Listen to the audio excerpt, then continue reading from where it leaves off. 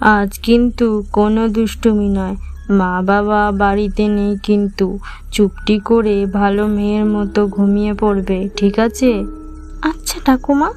আর যদি বদমাইশি করো কি হবে জানো তো? আমাদের বাড়ির সামনে যে তাল গাছটা আছে দেখেছো?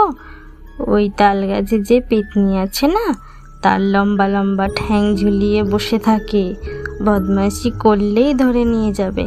না ঠাকুমা, আমি কোনো দুষ্টুমি করব না।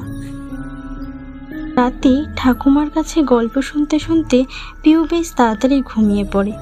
এদিকে ঠাকুমাও ঘুমিয়ে পড়ে। মধ্যরাত, ঘড়িতে তখন রাত 2টো বাজে। হঠাৎ পিউয়ের ঘুম ভেঙে যায়।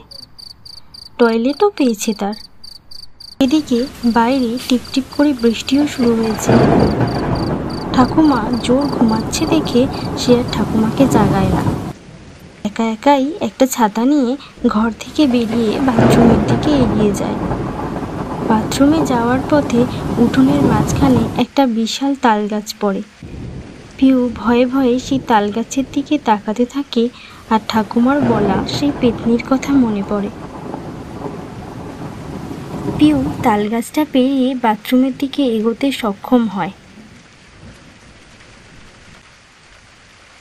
কিন্তু ফেরার সময় সেই তাল গাছের সামনে এসে তার গা ছমছম করতে থাকে।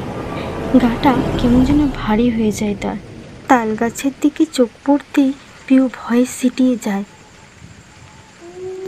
সে দেখে এক বিশালাকার পেতনি তাল গাছে বসে তার বিশালাকার লম্বা লম্বা পা দুটি দোলাচ্ছে। কি বিশ্রী তার চেহারা, বিশাল লম্বা চুল, মুখটা বিশ্রী কদাকার।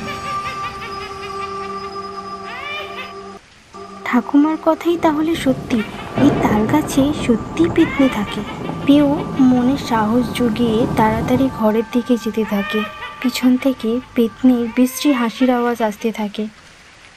সেসব ভ্রুক্ষেপ করে পিউ তাড়াতাড়ি করে দৌড়ে ঘরে চলে আসে।